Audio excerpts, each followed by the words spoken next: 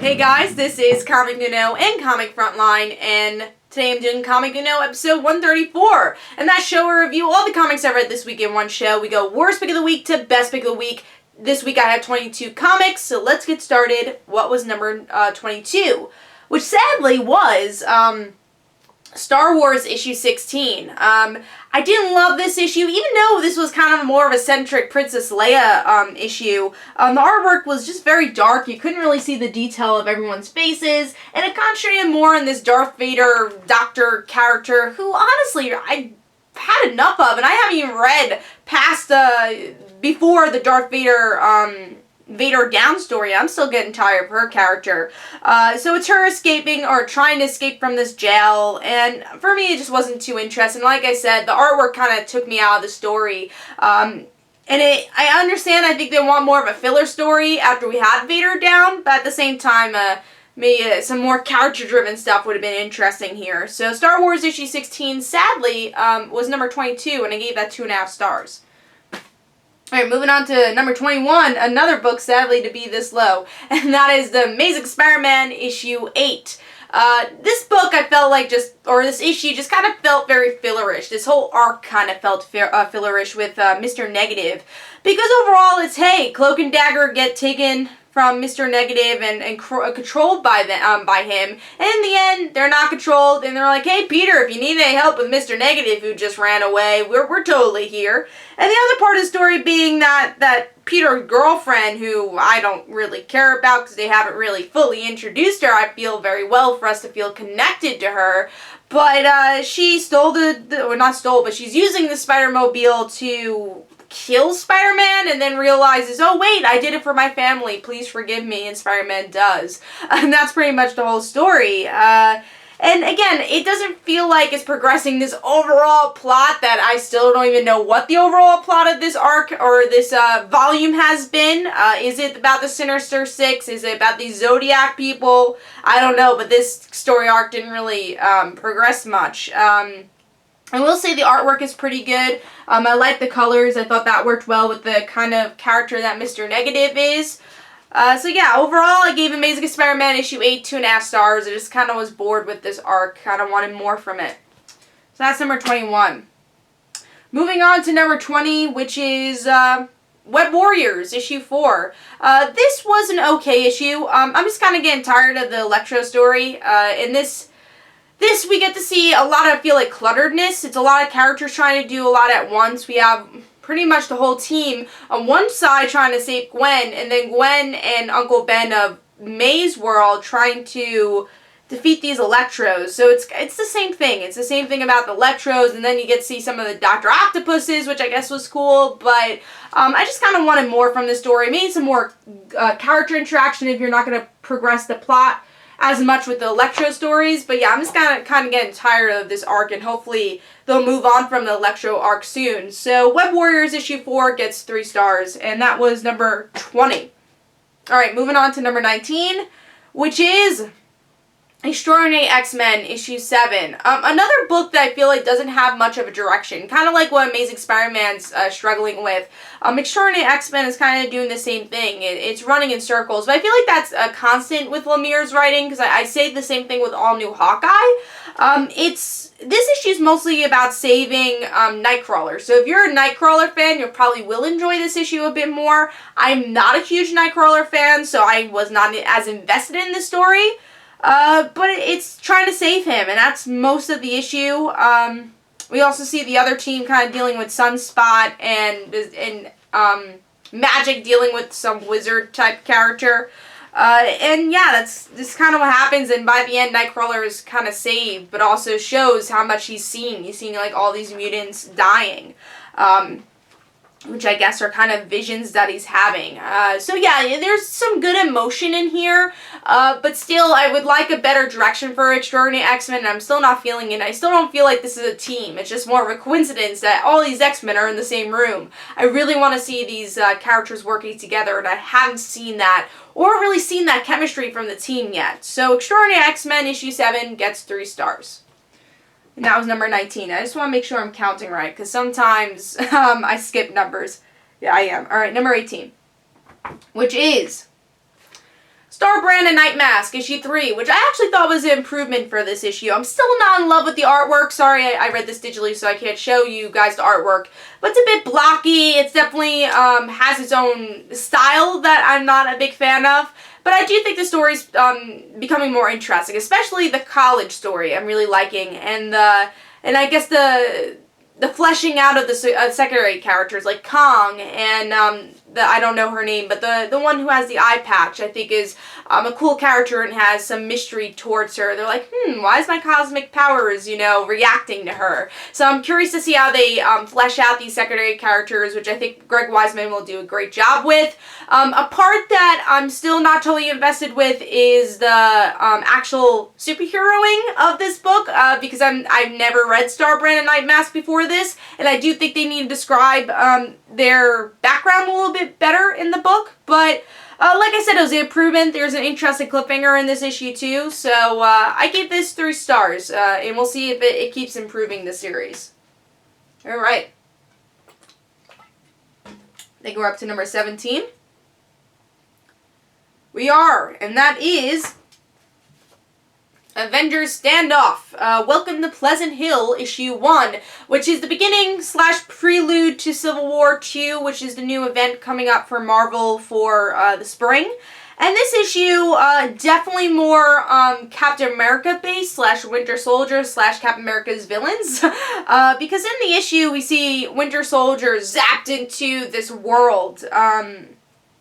And we realize he's starting to forget himself. And then he meets up with Iron Man, and they start to remember everything. And then the big twist in the end is that Iron Man and Winter Soldier were never a part of this. It was actually Baron Zemo and Fixer. And it's like, oh, alright, we'll see where that goes. But I'm not a huge Captain America fan, so I had no actual, reaction to that, because I don't really know much about those characters. So, yeah, overall, I think it was an interesting story, but I wasn't connected to it, so I couldn't put it higher on my list. But Bagley's artwork was really well done, and we'll see where the event goes. I know the next issue that's connected to this is in March, and that is Avengers Standoff Assault on Pleasant Hill Alpha, so we'll see how that works out. So I gave this 3 stars, and that was number 17, I think? Let's see. Yeah, that was number 17. So moving on to number 16, which is Power Man and Iron Fist, issue 1. This is actually another book. I actually really enjoyed this book for what it was. I had a fun time seeing Luke Cage and Danny interact with each other. I thought their chemistry was on point. But I will say, I'm not a huge Heroes for Hire fan. I really haven't read a lot of the Heroes for Hire books. The way I know Danny's from either other comics, and the way I know Luke is really because of Jessica Jones. Yeah, I haven't read a lot of the Heroes for Hire stuff. So there's a lot of characters here that is dealing with past Heroes for Hire books, it seems like. So for an all-new, all-different title, it's not so new reader-friendly, and that's why it's a bit lower than maybe for other people who have read Heroes for Hire. But I will say this is not a bad book by any means. It's a lot of fun. It gave me enough to read issue 2, and I'm curious to see more of Danny and Luke's friendship and seeing that grow. So Power Man and Iron Fist issue 1 gets 3.5 stars. That was number 16. So moving on to number 15 is with a book I usually don't buy, but I bought because of a special guest in this book, and that was Secret 6 issue 11, and I read that digitally. Now Batgirl was in this book, and it's Gail Simone writing Batgirl, so I had to pick this up. And really, I just wanted to see how she would depict Burnside Batgirl, because of course she wrote the New 52, the beginning of the New 52 Batgirl, and then had that radical change with Burnside Batgirl. So I want to see Gail Simone's, her view on the character. And I think it was interesting to see Batgirl here, because I think Gail Simone does keep what the Burnside Batgirl is, but at the same time makes her a little bit more skilled and makes people, I guess, unexpectedly say, oh my god, you're actually a good fighter. So I enjoyed that. Now, I still think they could have showed her skills even more in this issue, and they showed a little bit too much of Burnside Batgirl here, of being, like, inexperienced, but I really enjoyed Batgirl and obviously her past to Styx, and that's why she was in this issue. And I was actually interested in the other characters too, even though the only issue I read of Secret Six was issue 1. It was pretty easy to jump into the series and kind of understand what's going on. Also interested to see what's going on with Sue Dibney and what she had to tell Ralph, because that's a interesting part for me, because I do like that character. So yeah, I gave this 3.5 stars. I might pick up the next issue, see where it goes. Maybe we'll see more Batgirl. But yeah, mostly I want to pick up this issue, see how Gal would write Batgirl. Alright, so we are up to number 14, which is Wonder Woman, issue 49. And I'm glad that this is kind of going more into a story arc than the Cheetah story. And even I think the last story before that I felt a bit fillerish, but here we get to learn, you know, a little bit more about the gods. And Wonder Woman wants to save Zeke, who just is, I guess, unconscious, had a seizure. So Wonder Woman's trying to figure out what's wrong with Zeke. And she realizes maybe some of her friends and some of the gods are more interested in power than she thought. And she learns this through the god of magic. And now she's following that god to try to save Zeke. And then she's attacked by this, I guess, ogre-type creature, Cyclops, in the end of the issue. So yeah, I thought this was a fun issue. Again, it didn't blow my mind, the arc, but I'm glad it kind of goes more towards the arc and learn, you know, more about Zeke. I'm not a big, like, mythology, Greek god fan, so I think that's why I was a little less interested in this. I kind of like when Wonder Woman's on Earth a bit more, but still an intriguing story, and I gave Wonder Woman issue 49 3.5 stars. Alright, so I think we're up to 13. We are, and that is Titans Hunt, issue 5. Now this book, I think it has improved a little bit, but still a little bit slow. I think we only have like 3 more issues left, and we see Mal is being captured, which was interesting. I like that Bumblebee actually like learned that Mal was a Teen Titan. I hope we actually see her become Bumblebee. That would be fun. And then the rest of the team just starting to remember. I mean, it's still a very slow progression of like, oh wait, we know each other. It's like, I think we get the idea. We know that you know each other. Let's see some action now. And then also we see a little bit with Hawk and Dove and Roy and Lilith, who was a bigger part in the beginning of this series. I guess another negative towards this book is some of the artwork could, I don't know, I feel like it's kind of plain, kind of average artwork, and especially some of the shadowing. There's a little bit too much shadowing on their hair. I think that could be a little bit better, but, you know, average artwork here, and it was really just an average issue. Hopefully we get to see this series pick up a little bit more. So Titans Hunt issue 5 gets 3.5 stars, and that's number 13. Alright, moving on to number 12, which is Birthright, issue 14. You know, a book I really enjoyed, but is also a very slow burn. Because you know, things happen in this issue, but it still feels a bit slow. We get to see Mikey and his brother, Brennan, get captured by the police pretty much in the end. By accident, you know, the father kind of put them in a trap. Definitely not on purpose. Another part of the story is Mikey's mother kind of learning more about his world and you know, bonding with Mikey's girlfriend / you know, the person having their child.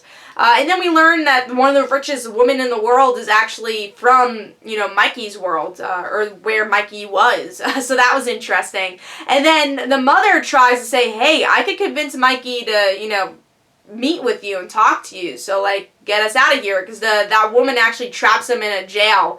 So yeah, you know, there is definitely some fun moments in this issue, and my favorite story is definitely with the mother, because it's so interesting how against, you know, that being her son, and now she's like most for it and learning more about the mythology than I would say even Brennan and the father. So it's cool that she's learning more about that. I want to see how her character changes too, and either becomes stronger because of this.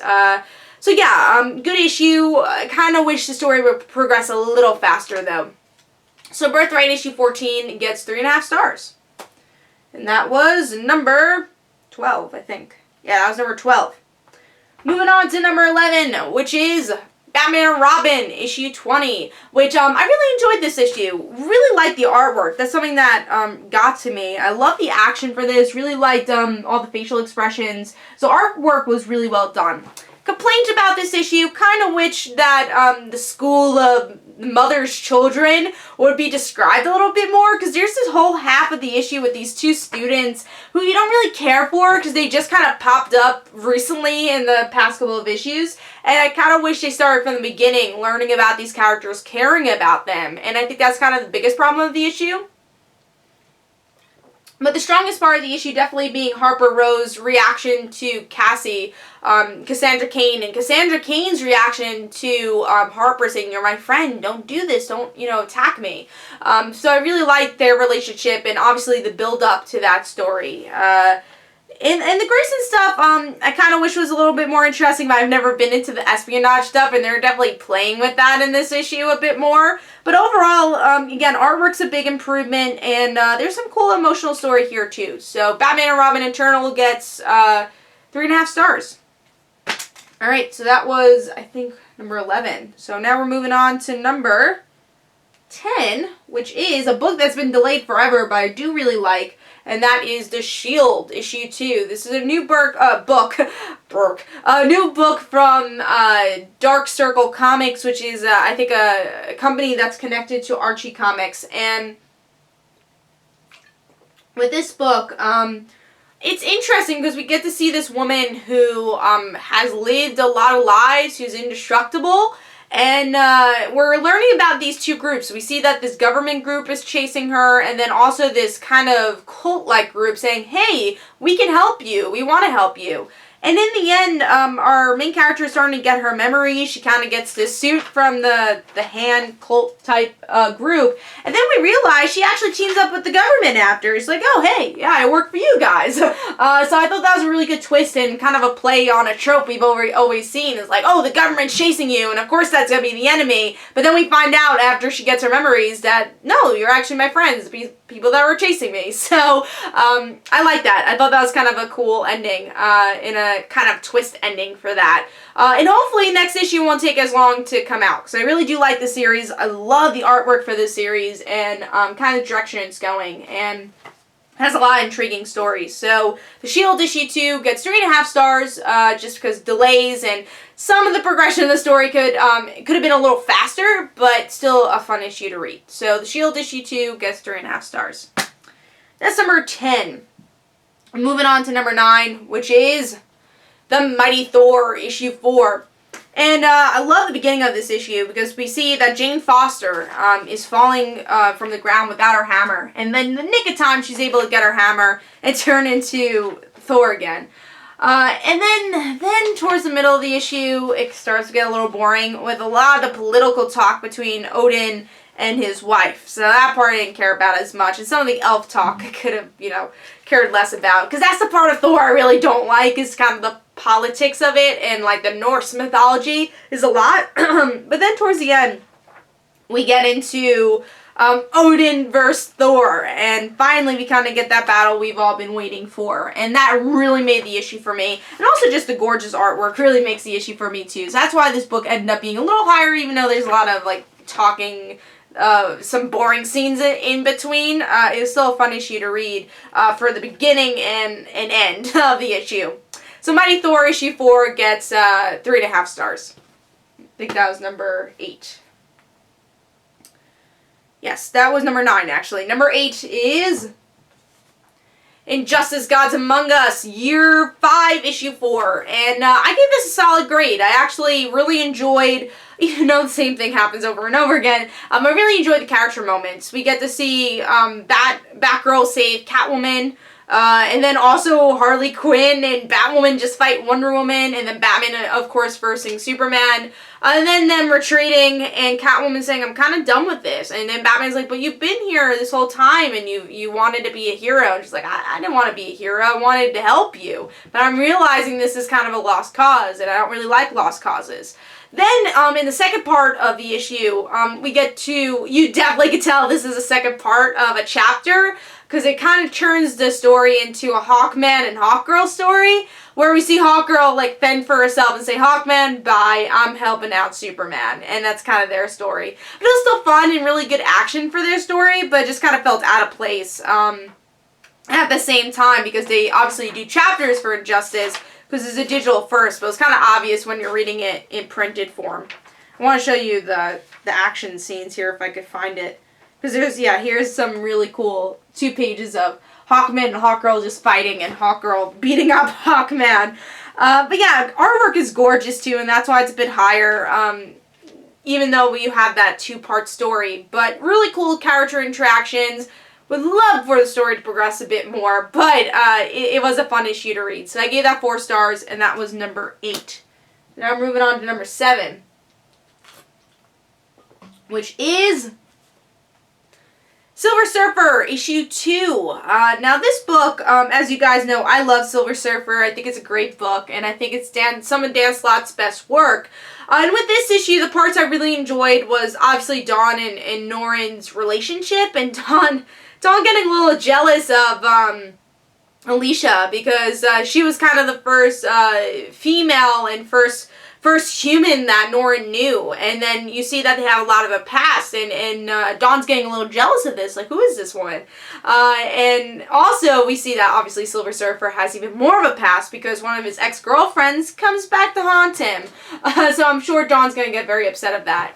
And it also seems like Norrin's getting a little bored of Earth. That's kind of a big part, and is Dawn showing Earth and showing how special it is. And I have a feeling that's going to kind of put kind of a rut in their relationship, that Norrin's going to be bored, but Dawn's going to want to stay on Earth for a little while and kind of see, you know, who the husband of her twin sister is, you know, kind of see these things happening in her life that she doesn't want to miss out on. So I think that's going to be a big fight, but we'll find out in future issues. But yeah, the best part, definitely Norrin and Dawn in this issue. I don't know if I really care about the ex-girlfriend story. It's just going to create more drama, but still enjoyed this issue. It was kind of cool. And the best part of this issue was definitely seeing Silver Surfer go to main parts of Earth, and seeing how much the Marvel Universe has changed. Goes to Avengers Mansion, it's a hotel. Goes to the Fantastic Four building, it's Park Industries. And then Silver Surfer's like, what's going on with this Earth?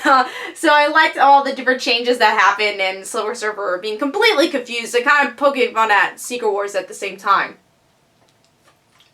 So I thought that was really well done.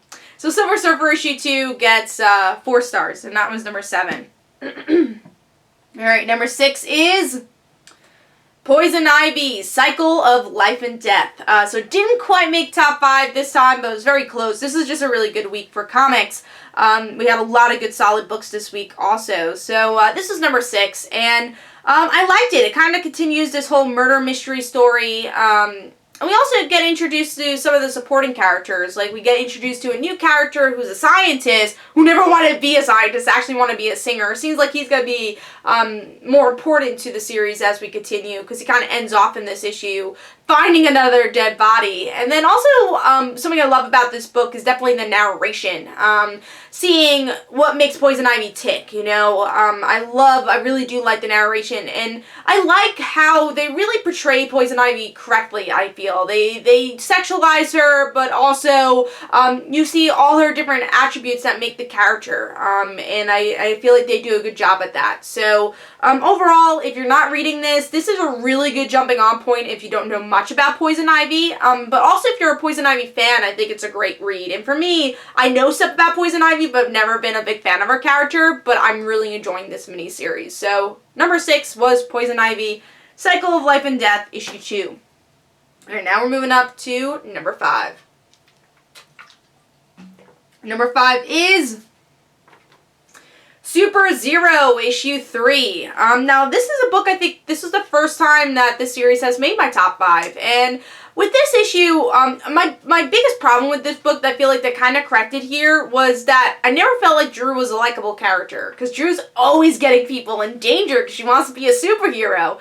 But here, she actually is playing like a hero, where she cares about her friends and kind of using her friends at the same time. But she cares about her friends and especially her, I don't know the friend's name, but the friend that's the girl, she really wants to help her out because she's being abused by her father. And then she's using her other friend to try to get, like, gamma ray powers from NASA. That's actually the cool part about this issue, too. It's, first of all, awesome that they went to the comic book shop and they had all this comic book talk and recommending all these different comics. I thought was very cool. So that was a cool moment. And also, they definitely describe a lot of ways to become a superhero. So in the beginning of the issue, it's Drew trying to be a martial artist. In the middle, it's her trying to make trying to make magic happen, and it doesn't. She almost burns her house down. And then now she's trying to kind of flirt with one of her friends and get closer to the father because he works for NASA. So that is what makes this issue fun. And I think Drew was a bit more likable in this issue too. And I really like Wax as a character who is actually the homeless veteran who's living in their backyard. He's a really fun character, and I like that he's trying to steer Drew in the right direction. There's so many people trying to steer Drew in the right direction, but she just doesn't listen. But yeah, I gave this 4 stars. I thought it was really solid and had a fun time with this one. Alright, so moving on to number 4. This did not make Pick of the Week, but issue 1 through 3 did. That was Superman American Alien issue 4. Very solid issue, though. The reason it didn't make higher is, honestly, the artwork. I'm not a big Jay Lee fan. It's not bad. This is actually probably some of Jay Lee's best interior artwork work that I have seen. And there are some scenes I really like the Lex Luthor scene I thought looked really good. But then there's like Oliver Queen, who had really, really thin lips when he was discussing stuff with Clark. So I don't really like how light the artwork is, but I do think that it's an improvement from what we've been seeing with previous Jay Lee's artwork, interior artwork. But what I like about this issue is how Landis kind of describes other characters and how Clark meets these characters. You see, a new version of Oliver Queen than we saw in issue 3, kind of describing how his character is changing. We meet Lois Lane for the first time. We meet Lex Luthor for the first time. We meet Batman for the first time. But one of my favorite scenes is meeting Dick Grayson for the first time, and Dick describing who Bruce Wayne is to the public pretty much, and then describing who Batman is, without saying, hey, I know Batman, and saying Batman needs hope, and describing why he should be Robin pretty much. That was definitely my favorite part of the issue. But there's a lot of favorite parts. I love the Green Arrow part, where you can see, alright, he's going to become Green Arrow very soon. And then Lex, just being Lex Luthor and being cocky, but having that, showing this is Lex Luthor, not being, well, Lex Luthor is extremely cocky. I can't say not being too cocky, but it just hit him on the nose very well, his type of character. And then even Lois Lane kind of trying to get the scoop, and we'll see where that friendship goes, or relationship goes. But yeah, I thought it was a very solid issue. Again, I do like the other 3 issues more, but I do like what this contributes to the story. So Superman American Alien issue 4 gets 4 stars, and that was number 4. There's a lot of 4s in that title. So moving on to number 3. And that is Archie, issue 6, a book that I love, guys. I don't think this has ever not been in my top 5, because this book is amazing.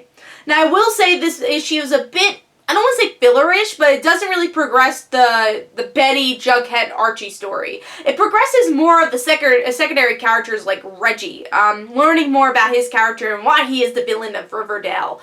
But what I love about this book is that Betty pretty much hits a home run, like further than a home run, and hits Archie in the head by accident because of it. And then Archie ends up going to the hospital. She finds out and she feels so sorry. She's like, oh my god, this is my mistake. But she tells Archie's mother, where you can tell that the family is really close to Betty and seen Betty grow up. And she tells Betty, I won't tell Archie that this happened. And you shouldn't either. And, we totally understand. You shouldn't make yourself so upset. So you can see how tight-knit Betty was with Archie just by seeing how tight-knit she was with that family. So I enjoyed that. Veronica, I mean, you're still seeing kind of the snobby side of her, and even worse, you see that she kind of wanted to be with Archie because she wanted to get her father mad. So, yeah, of course, Team Betty, come on. I definitely want Betty and Archie to be together, but, maybe we'll definitely see a better side of Veronica that we haven't seen yet. But yeah, it was a fun issue. It wasn't the best issue of Archie, but it's still a very fun issue. And if you like Reggie, you definitely get to see more of his story too. So Archie issue 6 gets 4 stars, and that was number 3.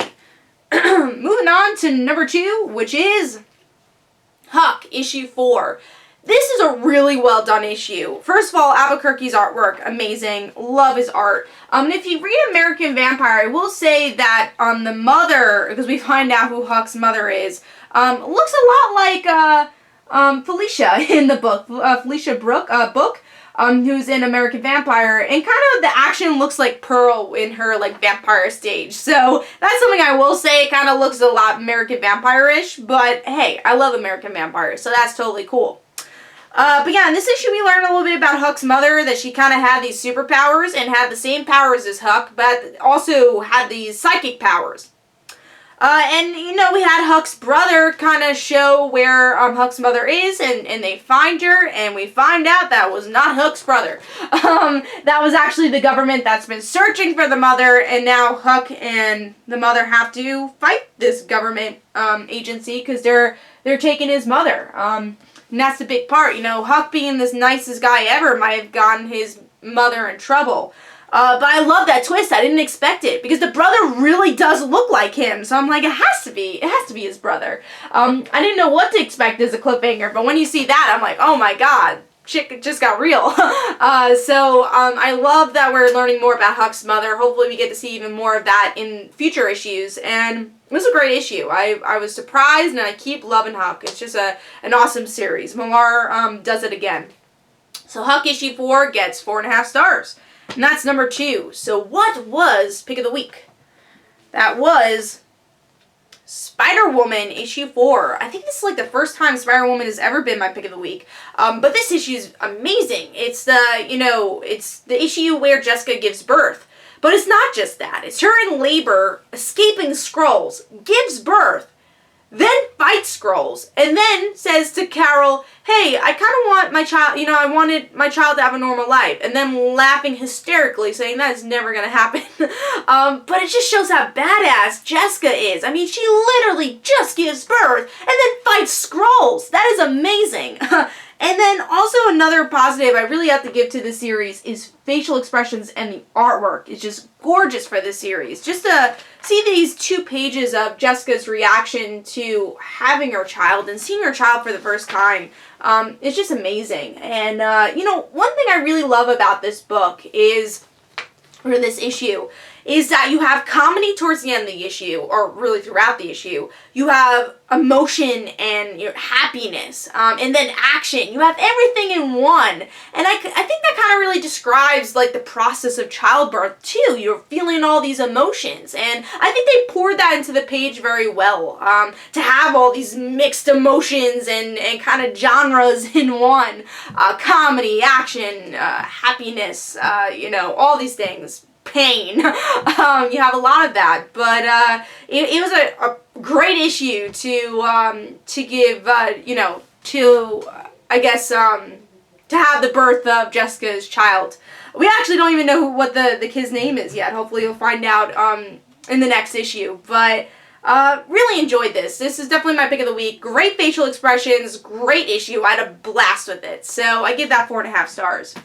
Hope you guys enjoyed. This is Comic Let me know in the comments below what was your worst pick of the week and your pick of the week in this Comic Don't forget to follow me on Twitter. Don't forget to like my Facebook page. Also, description below, there's links for my comic book, Like Father, Like Daughter. And don't forget to like the Facebook page of Like Father, Like Daughter. I'll see you guys later.